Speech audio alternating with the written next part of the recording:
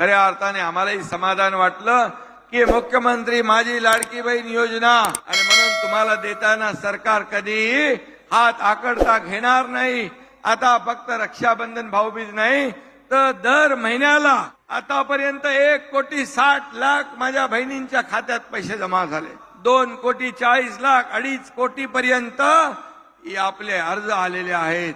ज्या माझ्या बहिणी या योजनेपासून वंचित राहिल्या असतील सुरू केली ती योग्य आहे आणि माझ्या लाडक्या बहिणींसाठी तिच्या कुटुंबासाठी एक आधार देणारी ही योजना आहे। परंतु किती दुखलं तरी योजना ही बंद होणार नाही, ही योजना कायम चालू राहणार असा माझ्या बहिणींना आमचा शब्द आहे। तुम्ही सरकारची ताकद वाढवली तर 1,500चे 2,000 होतील, 2,000चे 2,500 होतील, आणखी ताकद वाढवली तर 3,000 होतील आणि म्हणून तुम्हाला देताना सरकार कधीही हात आकडता घेणार नाही। हे देणारं सरकार आहे, हे घेणारं नाही।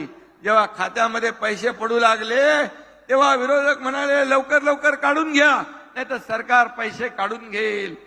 मला दुर्दैव आहे, हे सरकार दोन्ही हाताने देणार आहे आणि म्हणून माझ्या गोर गरीब बहिणींच्या खात्यामध्ये पैसे पडले। रक्षाबंधन भाऊबीज, आता फक्त रक्षाबंधन भाऊबीज नाही तर दर महिन्याला ही माहेरचं आहेर ही ओवाळणी तुमच्या खात्यामध्ये पडत राहील अशा प्रकारचा शब्द आम्ही देतो।